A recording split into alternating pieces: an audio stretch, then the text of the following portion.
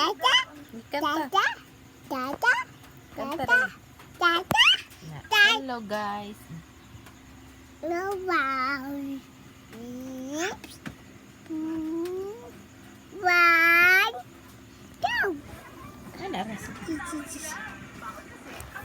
Hindi na.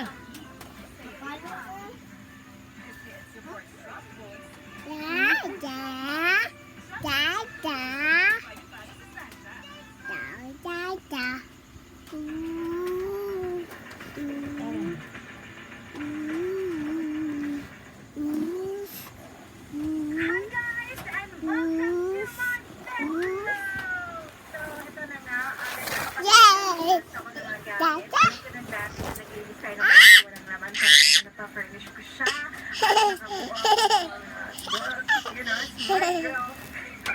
Charot, syempre. Hindi ko ito kuha. Ano? Ay.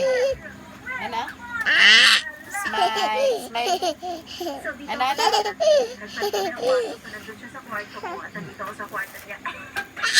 Sabihin, napakasado. Sabi ko na naman. Vlog na lang. At walang labasan ng kwarto. At hindi kami mag-usap na, uy, kamusta ka dyan? Walang contact me, okay?